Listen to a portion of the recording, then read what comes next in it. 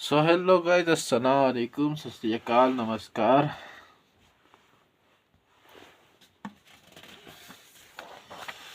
कैसे हो आप लोग? उम्मीद है आप ठीक होंगे, बिल्कुल फर्स्ट क्लास होंगे। चलो गाइस, हम अपना लेक्चर कंटिन्यू करते हैं।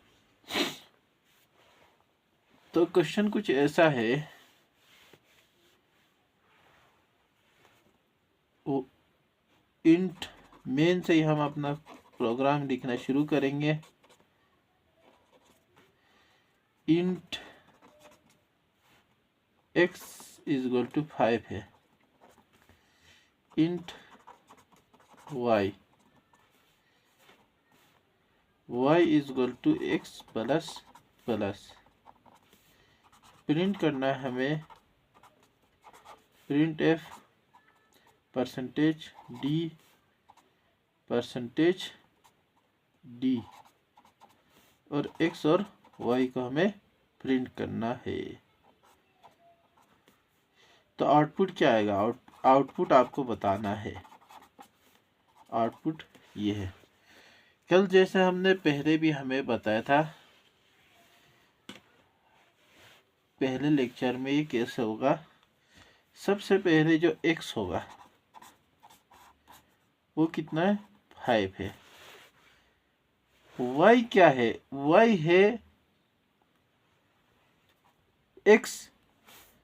जो y है हमारा, y में क्या आएगा? सबसे पहले x का वैल्यू आएगा, फिर x इंक्रीमेंट होगा, एक 6 बन जाएगा। तो हमें x और तो हमारा x और y आउटपुट क्या आएगा? 5 और 6 आएगा। ये आप लोग याद रखना। इसमें क्या करते हैं, ये कैसे होता है? सबसे पहले हम एक्सप्रेशन को यूज़ करते हैं, फिर इंक्रीमेंट को, वैल्यू को इंक्रीमेंट करते हैं। इसी तरह से और भी क्वेश्चन है,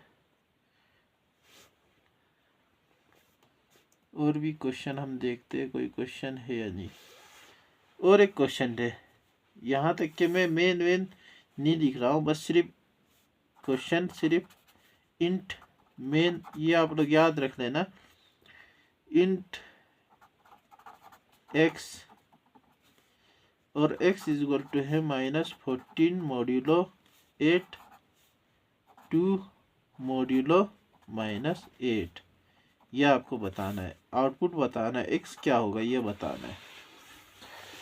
सबसे पहले देखो, सबसे पहले हमारा क्या होगा? मॉड्यूलो चलेगा। मॉड्यूलो कहाँ से कहाँ चलेगा? मॉड्यूलो 2 है तो इसका होगा लेफ्ट से राइट की तरफ को। तो लेफ्ट में ये कितना हो गया? -8 two the 16, 8 minus two the 16, तो मॉड्यूलो आएगा हमारा माइनस, यहाँ पे -6 आएगा, -6 यहाँ पे था, हाँ यहाँ पे प्लस था, प्लस -8 मॉड्यूलो 2, तो मॉड्यूलो 2 ही आएगा।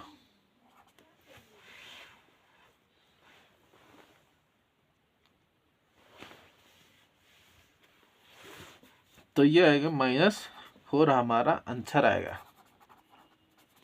अब आपको डाउट होगा कि -14 मॉड्यूलो 8 और 2 मॉड्यूलो -8 का वैल्यू ऐसे ऐसे कैसे आए, वो हम आपको बताते हैं।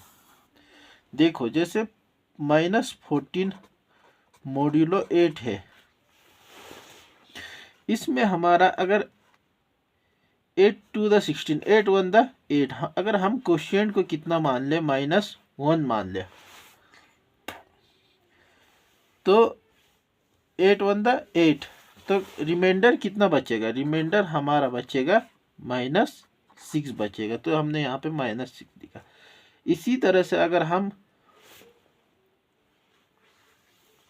2 मॉड्यूलो -8 लिखे, तो इसमें क्वोशिएंट कितना आएगा? क्वोशिएंट क्योंकि 0 आएगा और रिमाइंडर क्या आएगा? 2 आएगा, इसीलिए हमने यहाँ पे इस तरह से यूज़ करा। यह आप लोग याद रखना है।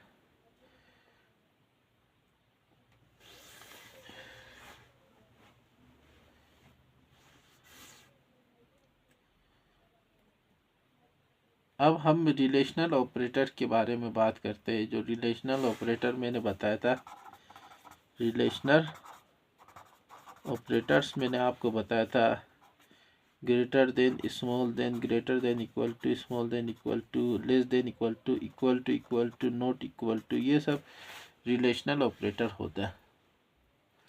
आपको पता होगा इसका मतलब क्या है, ग्रेटर देन है, इसका मतलब लेस देन है, ग्रेटर देन, इक्वल टू, ये सब तो आपको पता ही है। चलो इसी पे ही हम लोग एक क्वेश्चन करते हैं। क्वेश्चन हम इंट मेन से स्टार्ट करते हैं, बाकी वो लोग आप खुद याद रख लेना। इंट x इक्वल टू 40 है। इंट मेन से हम शुरू करते हैं। प्रिंट f परसेंटेज d, इसमें है 30 ग्रेटर देन 40, ये हमारा इस तरह से है। फिर हमारा प्रिंट f है परसेंटेज d, ये सेम टू सेम है, यहाँ पे 30 ग्रेटर देन इक्वल टू 40। फिर हमारा प्रिंट एफ ऐसे ये ऐसे ये, फिर हमारा 30 इज इक्वल टू 40 लिख दो। इसी तरह से ये भी है और ये है। फिर हमारा है 30 इज नॉट इक्वल टू 40, ये हमारा। हमें क्या करना है, ये देखो जब भी कभी फॉल्स आएगा, इसमें याद रखना है, इस क्वेश्चन में फॉल्स को हम रिप्रेजेंट करेंगे 0 से, और जब भी हमारा कोई ट्रू आएगा, ट्रू को हम करेंगे 1 से। अब आप इसमें देखो 30 ग्रेटर देन 40 है क्या, नहीं, तो ये क्या हो गया, ये क्या हो गया, ये 0 हो गया। 30 ग्रेटर देन इक्वल टू 40, ये भी 0 हो गया। 30 इज इक्वल टू 40, नहीं, ये भी 0 हो गया। 30 इज नॉट इक्वल टू 40, ये क्या हो गया, 1 हो गया। इस तरह से आपका ये होता है। तो ये लेफ्ट टू राइट ही चलते हैं, देखो लेफ्ट टू राइट ही चलते हैं इसमें, ये आपको मैंने पहले भी बताया था। अब आपको मैं एक क्वेश्चन देता हूं,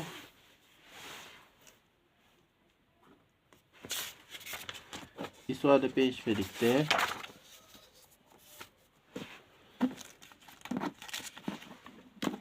थोड़ा सा इसे सही कर दो यार।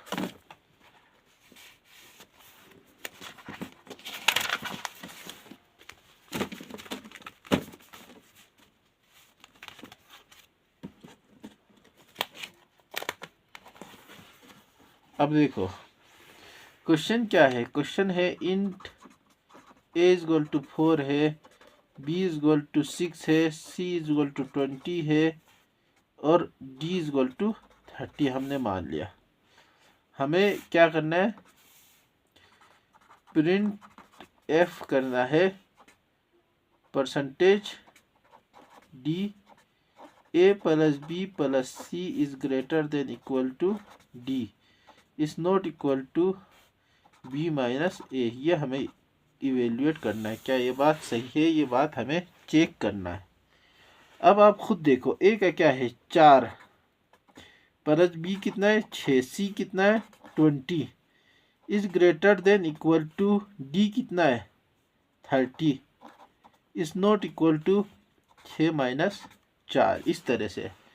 अब आप इसे कैलकुलेट करोगे तो ये 20 plus 10 30 greater than equal to 30 is not equal to 2। ये देखो 30 ग्रेटर देन इक्वल टू, इसका क्या आएगा, हाँ ये सही है, तो 1 इज नॉट इक्वल टू 2, हाँ ये भी बात सही है, तो इसका वैल्यू 1, इसका वैल्यू आ जाएगा हमारा 1, आंसर आ जाएगा।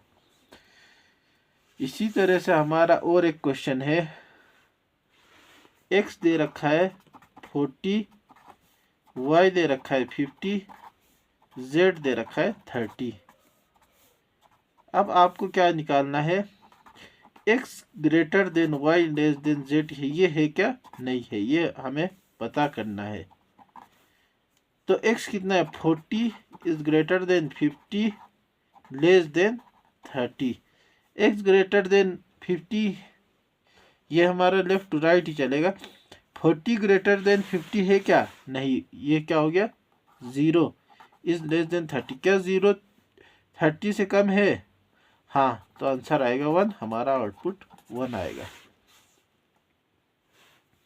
इसी तरीके से और भी क्वेश्चन हम आपको दे रहे हैं।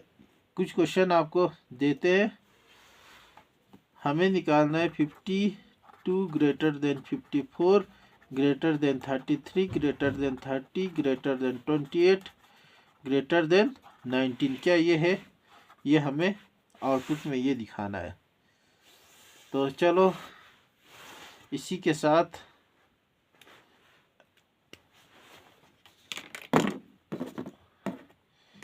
साथ हम दूसरा क्वेश्चन करते हैं।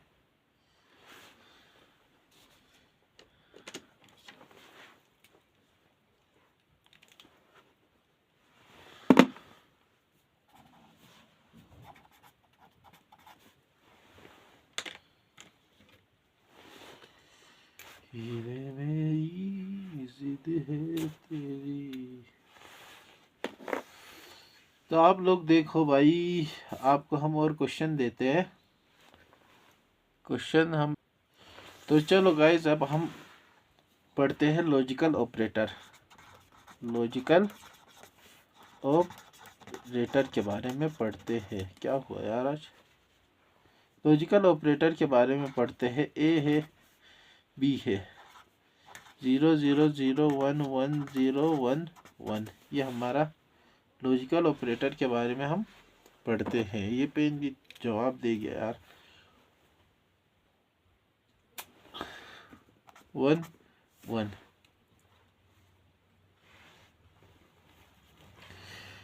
जब हम एंड लिखते हैं, ए एंड बी, इसमें क्या होता है? 0 0 पे क्या आएगा? 0 0 1 पे 0, एंड आपको पता है लॉजिक, मैंने लॉजिक गेट में बताया था, एंड में सब पे 0 आता है, 1 1 पे ही 1 आता है। जब हम करते हैं और ए और बी, इसका मतलब क्या होता है? सब 0 पे सिर्फ 0 0 आएगा तो 0, बाकी सब में 1 आएगा। ये आप लोग याद रख लेना। और अगर हम बात करते हैं यूनरी ऑपरेटर, यूनरी ऑपरेटर होता है ये, यूनरी ऑपरेटर, इसको हम लिखते हैं ए नॉट ए। ए अगर 0 है तो ये 1 होगा, 1 होगा तो ये 0 होगा। ये आप लोग याद रखना।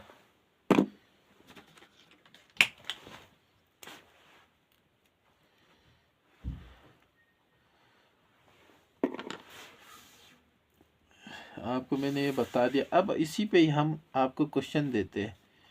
इंट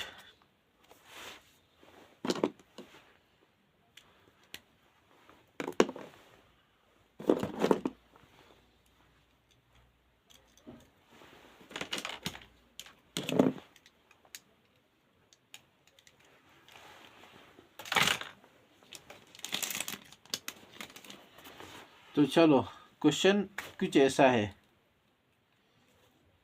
क्वेश्चन क्या है? Int a is equal to 20, b is equal to 30, इस तरह से है हमारा। हमें प्रिंट क्या करना है? प्रिंट एफ करना है, percentage d a is greater than 10 and b is greater than 10, यह हमें इवेल्युएट करना है। सबसे पहले ए क्या है? 20 is greater than 10 and 30 is greater than 10, ये है। आपको पता है ये 1 आएगा, एंड 30 क्या 10 से बड़ा है? हाँ, ये बात सही है। 1 1 का एंड क्या होता है? 1 1 का एंड 1 आता है। आंसर क्या आएगा? 1 हमारा आंसर आएगा। इसी तरह से अगर मैं आपको दूं, ए इज इक्वल टू हम दे आपके क्वेश्चन नंबर 1 था ये।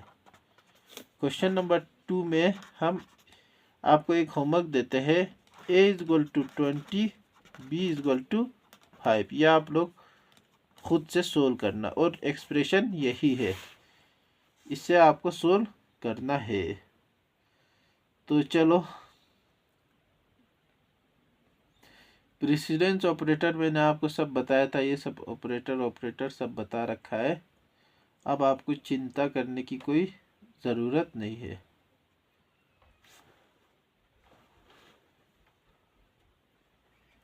अब मैं आपको एक इम्पोर्टेंट कुछ सिखाता हूँ। जैसे हमें 10 का बाइनरी निकालना है, 10 का बाइनरी निकालने के लिए वो कैसे निकाला जाता है, 10 का बाइनरी वो कैसे निकलेगा।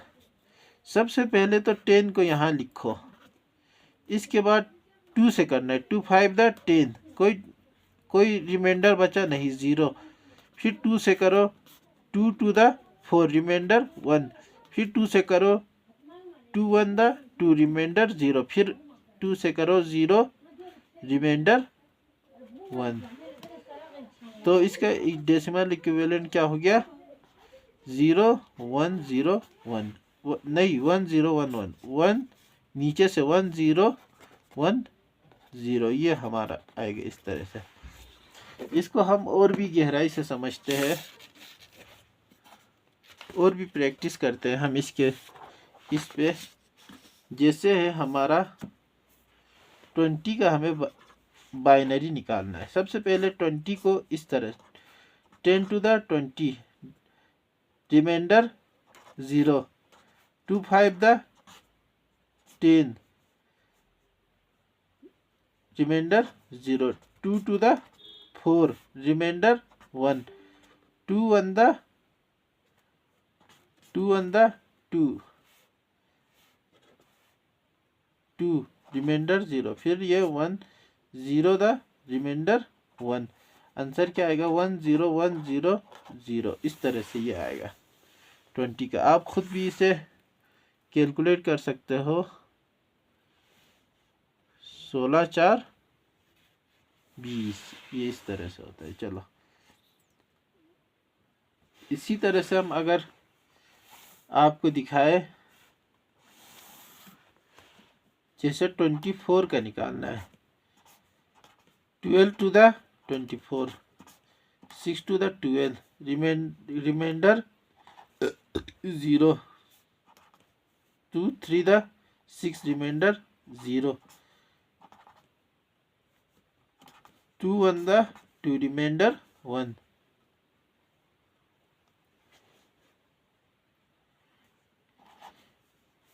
रिमाइंडर 2 1 the 2, रिमाइंडर कितना 1। इस तरह से होगा। फिर 2 0 दा, फिर रिमाइंडर 1। तो 1 1 0 0 0 इसका आंसर आएगा। इस तरह से ये कैलकुलेट होता है, ये मैंने आपको बता दिया। अब मैं आपको बताता हूँ bit wise operator. Bit wise operator, bit wise operator कैसे होता है। जैसे हमारा बिट वाइज ये क्या होता है, bit wise and, bit wise and ये होता है बिट वाइज, और ये होता है bit wise exclusive, bit wise exclusive, और ये होता है हमारा बिट वाइज कॉम्प्लीमेंट। ये हमारा होता है शिफ्ट लेफ्ट, शिफ्ट लेफ्ट। इसी तरह से हमारा जो ये होता है, ये होता है शिफ्ट राइट, शिफ्ट राइट। यह आप लोग याद रखना। इसमें क्या होता है, देखो इसमें जैसे हम क्वेश्चन दे रहे हैं आपको, बिट वाइज एंड का क्वेश्चन देते हैं, बिट वाइज एंड का एक क्वेश्चन देते हैं। इंट x = 5 है, y = 17 है। z is equal to x bitwise and y, हमें z को प्रिंट करना है। z इजक्वल टू ये लिखना है 5 को हम बाइनरी में कैसे लिखेंगे? 5 को हम बाइनरी में लिखेंगे 1 और 4 5।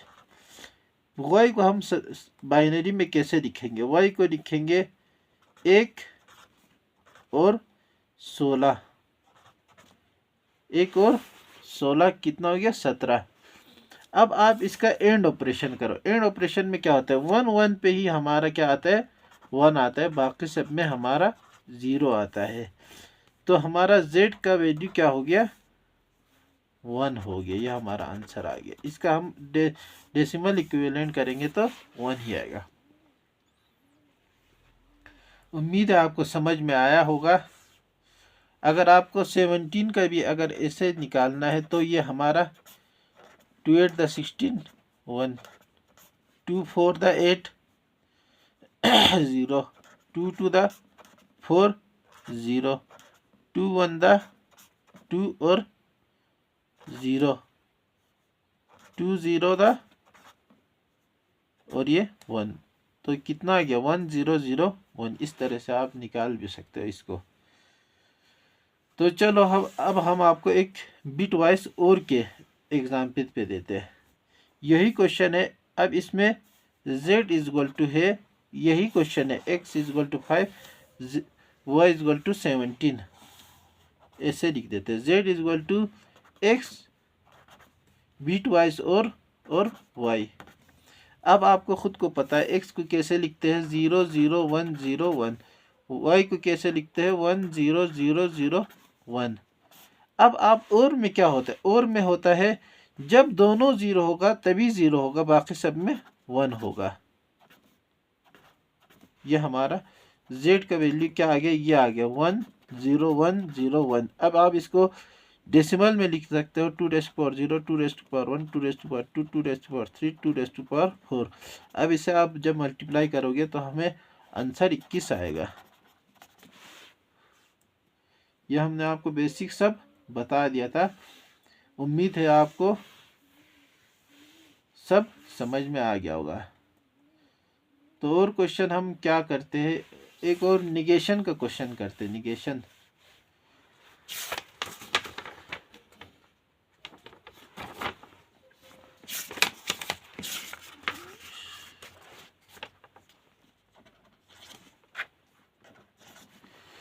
एक निगेशन का क्वेश्चन करते हैं।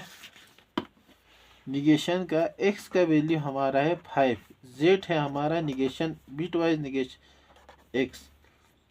अब आप इसको देखो 5 को कैसे लिखते हैं? 0 1 0 1। निगेशन होगा तो 1 का 0, 0 का 1, 1 का 0, 0 का 1। यह हमारा डेसिमल इक्विवेलेंट बनेगा। कितना डेसिमल इक्विवेलेंट बनेगा ये? हाँ, इसमें हमारा क्या होता है? वो काम आता है, क्या कहते हैं? कॉम्प्लीमेंट वाला काम आता है। टूस कॉम्प्लीमेंट में इसको, इसका टूस कॉम्प्लीमेंट क्या होगा? टूस कॉम्प्लीमेंट क्या होगा? टूस कॉम्प्लीमेंट में ये है तो ये लगभग -6 हमारा आ जाएगा।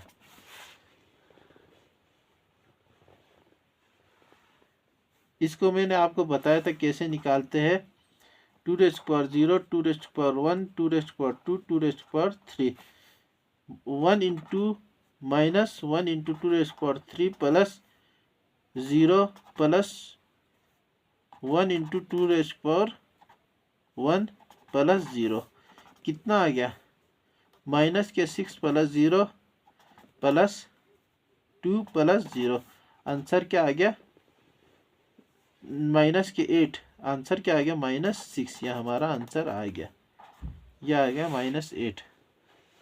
यह हमारा इस तरह से आंसर आ गया। तो हमारा z आ गया हमारा -6। हमारा आंसर आ गया। इस तरह से होता है। तो चलो गाइज, इसी के साथ हम अपना एक छोटा सा ब्रेक लेते हैं, फिर मिलते हैं। तो चलो आपको बताते हैं हम, जैसे कोई याद रखना है, जैसे हमारा शिफ्ट लेफ्ट और शिफ्ट राइट होता है। तो उसमें क्या होता है, शिफ्ट लेफ्ट। जैसे अगर कोई क्वेश्चन है, शिफ्ट लेफ्ट का क्वेश्चन है हमारे पास, ए इज इक्वल टू 8 है और k is equal to a shift करो 3, इस तरह से क्वेश्चन है। तो इसका हमारा कि क्या होगा, ये क्वेश्चन आ गया, तो इसको कैसे करेंगे, इसको हमेशा याद रखना है। जब भी हमारा ए शिफ्ट हो के टाइम, तो ये क्या होगा, ए इंटू 2 के, इस तरह से होगा। जैसे इस क्वेश्चन में है ए कितना है 8, ए कितना है, इस क्वेश्चन के हिसाब से देखें, ए 8, शिफ्ट राइट 2 ए शिफ्ट राइट करना है 3 बार, तो ये होगा 8 इंटू 2 के कितना है 3,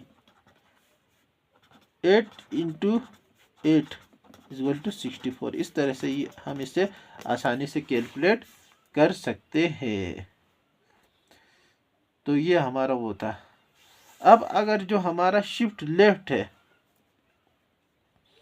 और अगर हमारा जैसे मान लो ए इक्वल टू 64 है, k equal to a left shift करना है 3 इससे, तो इसमें याद रखना, अगर कोई ए लेफ्ट शिफ्ट के होगा तो इसमें क्या होगा, ए डिवाइडेड बाई 2 के। जैसे हमारे क्वेश्चन में क्या था, ए हमारा था 64, 2 के का कितना था 3, 64 डिवाइडेड बाई 8, आंसर क्या आएगा 8, इसका आंसर आएगा।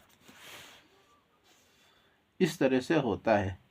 बाकी हम इसे उससे भी समझ सकते हैं, पर आप लोग ये याद रखना, इसमें हमारा ये क्या होगा, फ्लोर वैल्यू आएगा हमेशा, ये भी हमारा फ्लोर वैल्यू ही आएगा। तो चलो इसके साथ हम ये चैप्टर को एंड करना चाहते हैं। इसी के साथ हम इस चैप्टर को एंड करते हैं। मिलते हैं अगले चैप्टर में जब नया चैप्टर स्टार्ट होगा। Thanks guys.